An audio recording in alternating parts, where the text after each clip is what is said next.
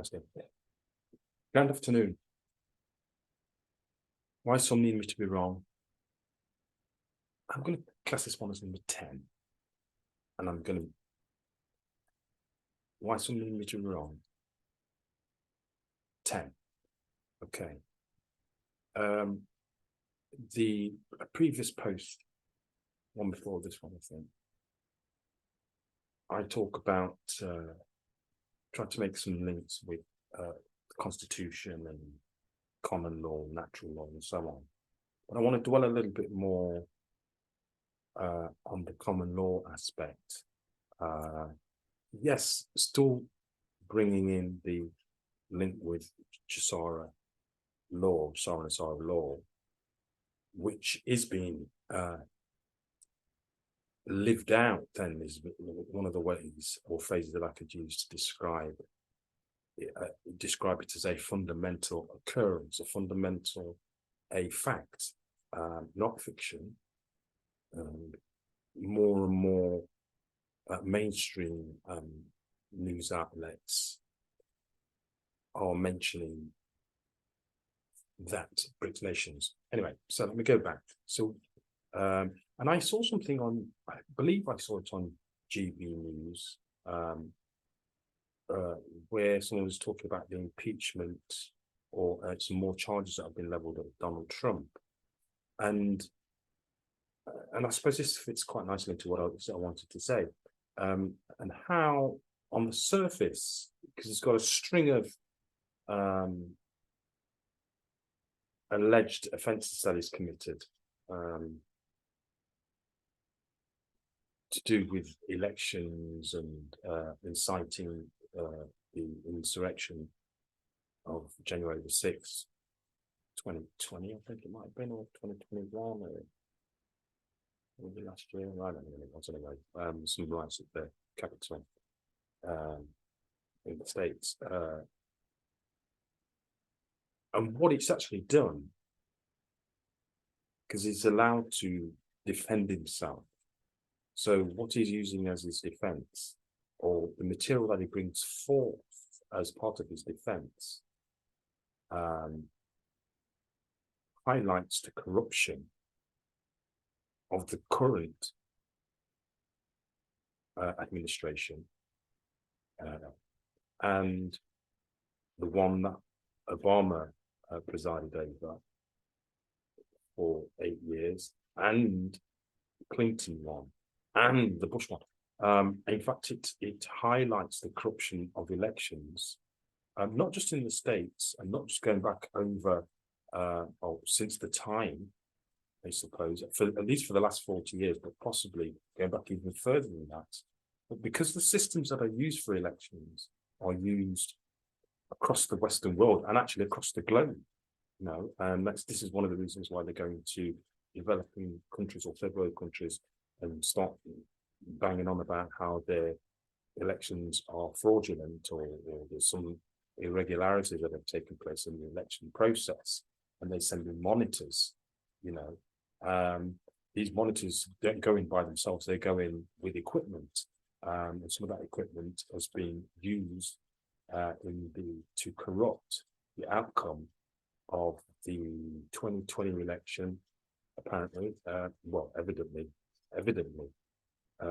there's evidence that exists, lots of it, that supports Donald Trump's claim that there was election interference.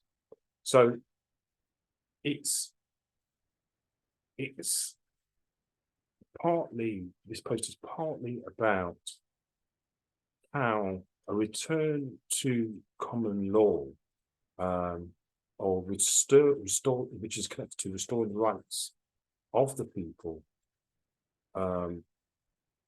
for the people to decide what happens in their lives, free from encumbrances from an agency and its agents that sits in public office and is meant to provide services that are in the best interests and according to the, as I've mentioned in previous videos, to the cultural norms and practices of the people, not simple. And in fact, whilst I'm on that, I'm going to read something that gives an example. This is from UNDRIP, which is another document and it's fact, and it is applicable now insofar as it's law. It's supreme law of the land, all lands across the globe.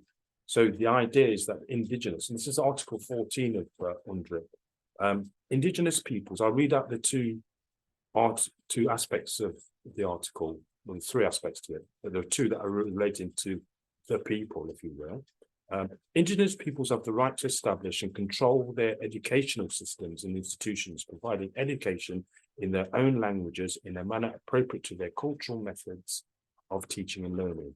Indigenous individuals, particularly children, have the right to all levels and forms of education of the state without discrimination.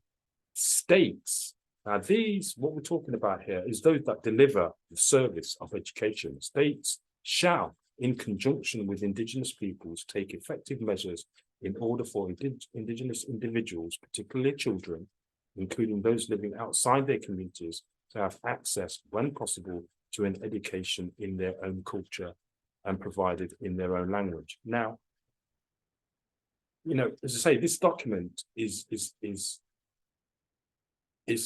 for everywhere on the planet, and it's very much connected to. There's nothing that is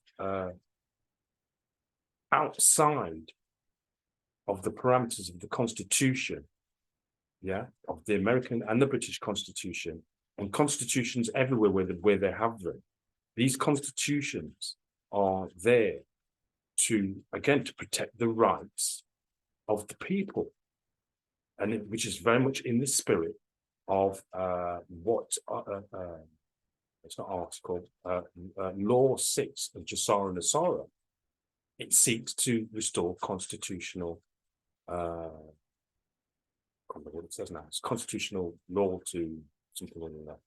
It seeks to restore constitutional law. So that means things like UNDRIP, because that is based upon the Constitution, and it's also based upon, and the Constitution is rooted in common law, which is rooted in natural law, which is based upon divine law.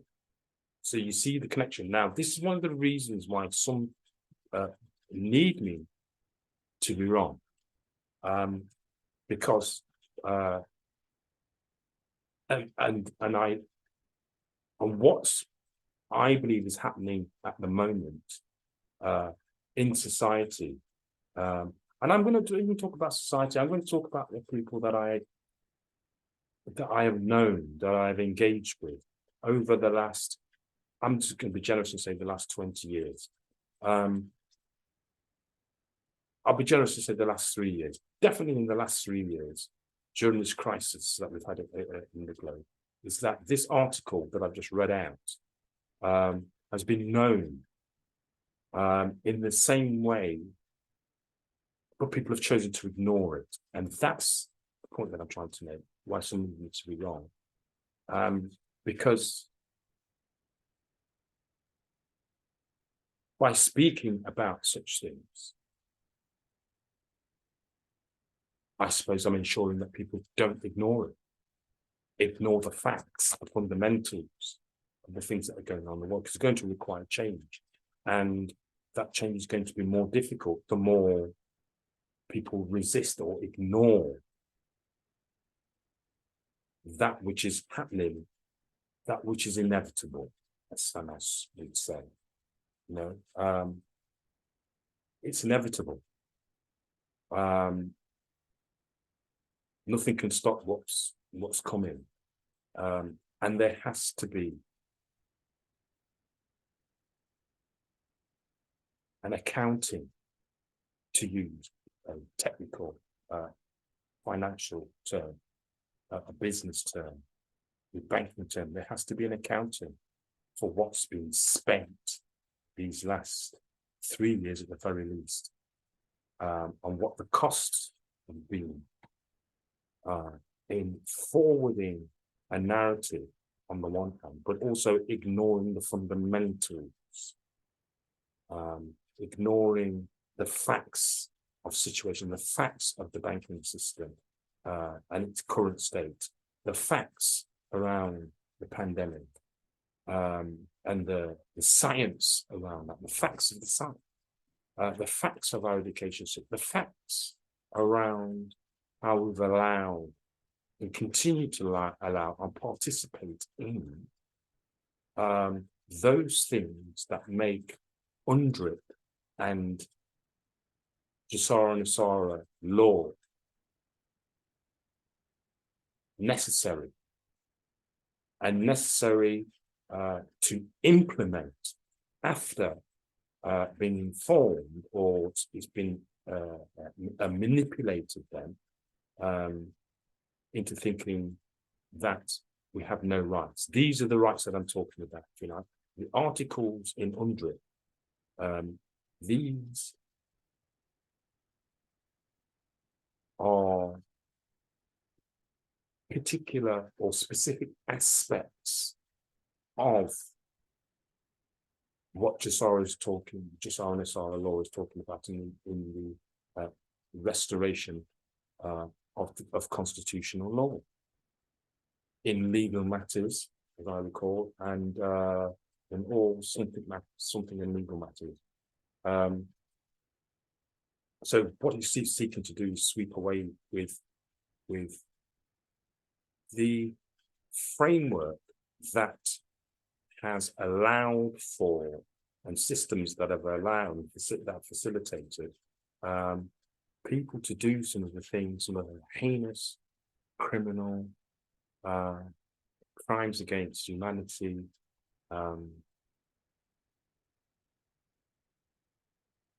do some of those things and to continue to do them in full awareness. So what does that mean? There are, for me at the moment, what I'm thinking about is education. The education system got a lot of answers. The only question that I'm asking all of these institutions is, what have you been doing these last 3 years? 3 years, 5 months, I think it is, since it all popped off. You know, the judiciary, lawyers, solicitors, paralegals. I've asked it on a number of occasions, but now the question's been asked because you have had an obligation, because you signed an oath and you are in public office, offering public services to the general public. What have you been doing? What part have you played in the demise, the injury, the loss, and the harm that has been created upon the people when you swore an oath, allegedly, to do that, and you've sat in office, in your public offices, as agents of the state, doing what it is that we've been doing, administrating over alleged criminal matters, or matters of in matters that have got no concern of yours. Similarly, with the police, what have you been doing? You signed an oath to protect the people, and you've been participating in causing harm, injury, and loss. There are consequences for these things that now people are starting to get a little bit worried about, because before, whilst you were doing the dirt, you didn't think that anything could happen to you. You didn't think you'd be able to continue to violate the oath that you knew or you didn't know, but by virtue of the position that you're in. So what I'm talking about there, I'm talking about medical practitioners, all of them from top to bottom, orderlies, straight through to your top surgeons, the whole lot, secretaries, all of it. What have you been doing in the last 3 years? Because you're in service to the people, and the people have been harmed, injured, and experienced losses. And these institutions in which people work in are facilitated knowingly and willfully harm, injury, and loss to be meted out upon our men, women, and children, living men, women, and children. There has to be a reckoning for this. There has to be accounting, and there are punishments for these things. You know, there are names for these actions. When you have deceived, when you have misprisoned, when you have trespassed, when you have dispossessed, when you have hijacked living men and women and children and their property. It's called treason.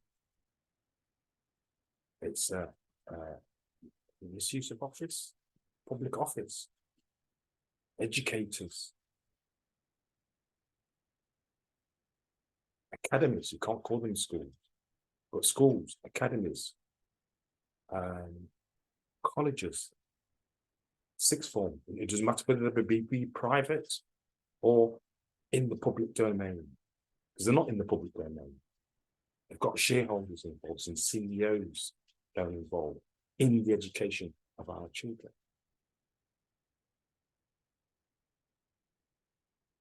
College tutors and lecturers and professors, universities. And what's really disappointing is that the changes that are taking place, when people are starting to speak out more about the ways in which their institutions or how the ways in which the service provision that you offer has caused harm, injury, and loss over the years. You're not doing this, in my view, because you comprehend in heart, as well as mind, that it was wrong.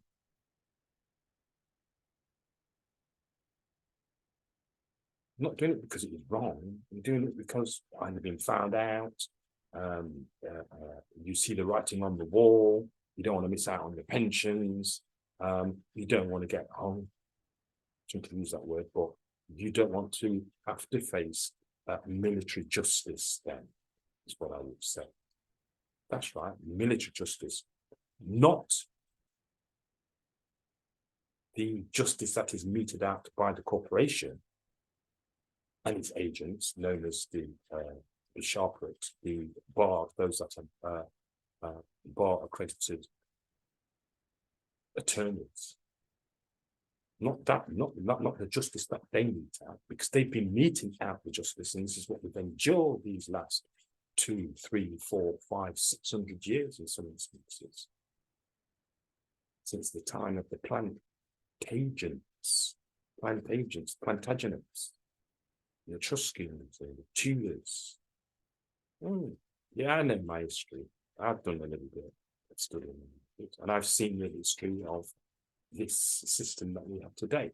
So, and that's why I say history, universities are involved in this, because they're the ones that get guidance and teach what it is that we are to know about history, the history of the world. So they've been participants in a lot. So, you know, there are lots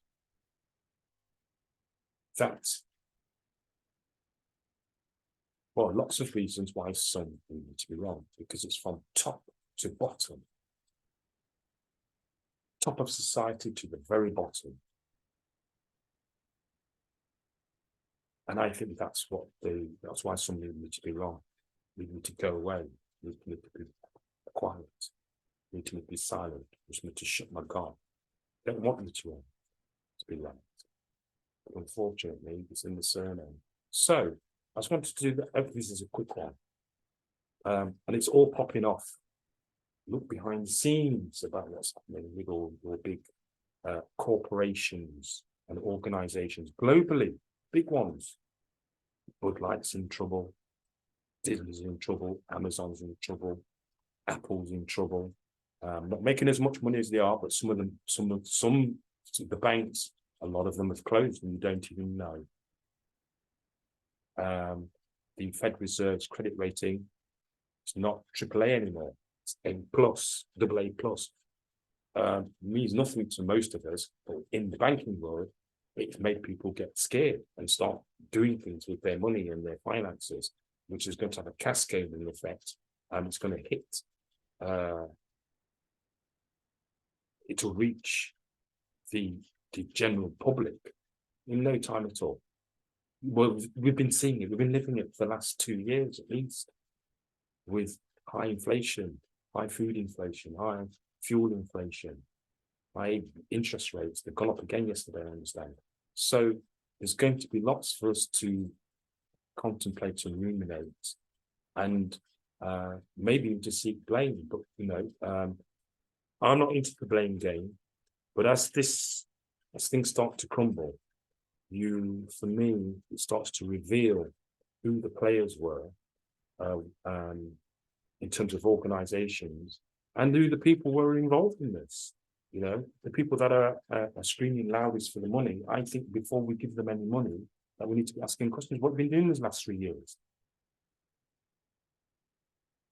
Yeah, particularly the medical profession, also the education system, also the police, and also the judiciary. They've all got questions that need to be asked. Even if it's, what do you make of what's happened legally, lawfully? And what's the distinction between the two? Why have you continued to rape and plunder, to cause harm, injury, and loss after? And you can see, after what it is that we've endured these last 3 years, what kind of system is this? And what kind of people that keep such a system going, that set the system up in the first place, but and also the people that keep it going. Keep feeding the beast that suckles on your neck. You're feeding the beast that rapes our men, women, and children.